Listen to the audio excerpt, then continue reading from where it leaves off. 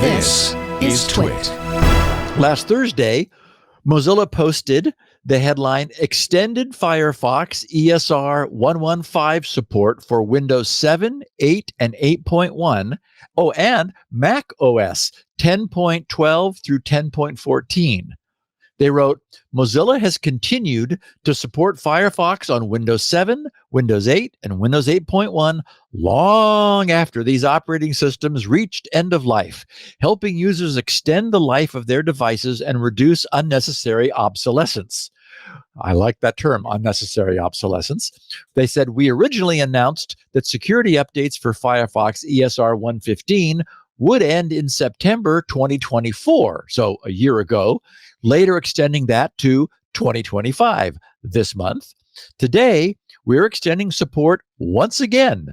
Firefox ESR 115 will continue to receive security updates on Windows 7, 8, and 8.1 until March of 2026, so 6 months from now.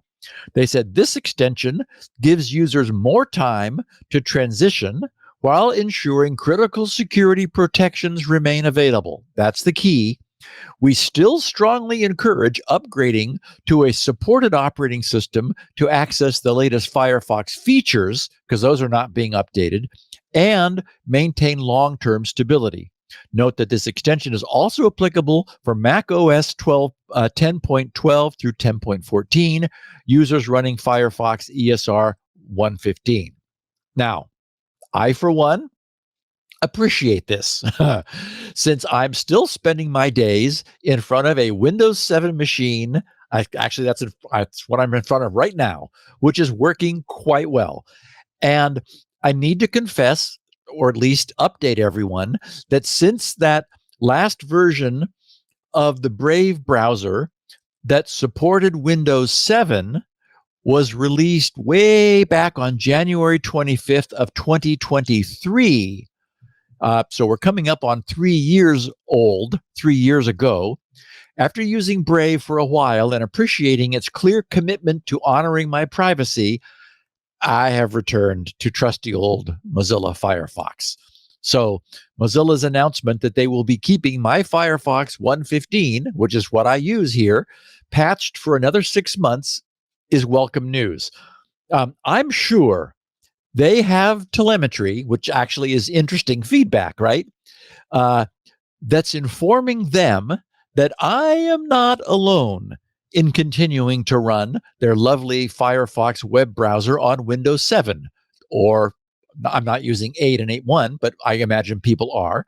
Also, as someone who has written at least my fair share of Windows apps, I'll take a moment to just note this whole notion of an app caring all that much about which platform it's running on, like which platform version it's running on, is at least a bit overblown.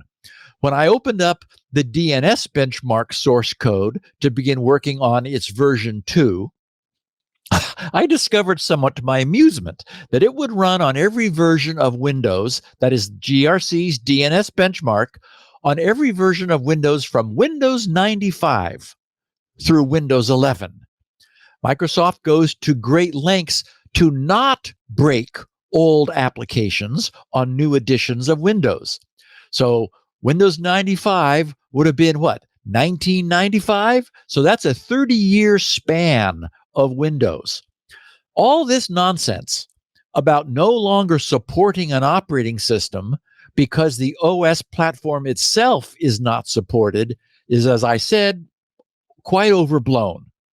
But I expect that my Windows 7 machine will be retiring at year's end. Everybody who's watching the videos of this podcast will see my location change as I consolidate 2 locations into a new 3rd location.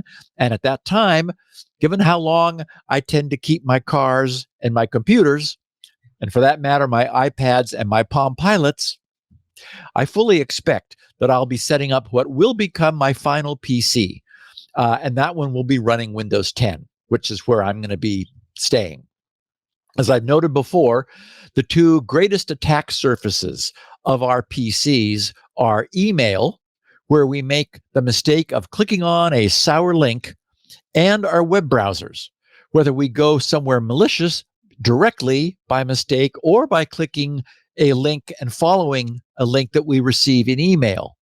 So these days, I am far more glad to be running web browsers and email clients that are, as my old version of Firefox still is and will be for another 6 months, being kept up to date and secure, than an operating system that was deliberately abandoned by its publisher many years ago. So there. Hey, I hope you enjoyed these little highlights from our shows. We do a bunch of them, and they're all available on the web at twit.tv or right here on YouTube. You can even watch most of them live on YouTube. I'll tell you what, you'll see a link below, and if you would like, and I would like it, like and subscribe. Thanks so much for watching. Security Now.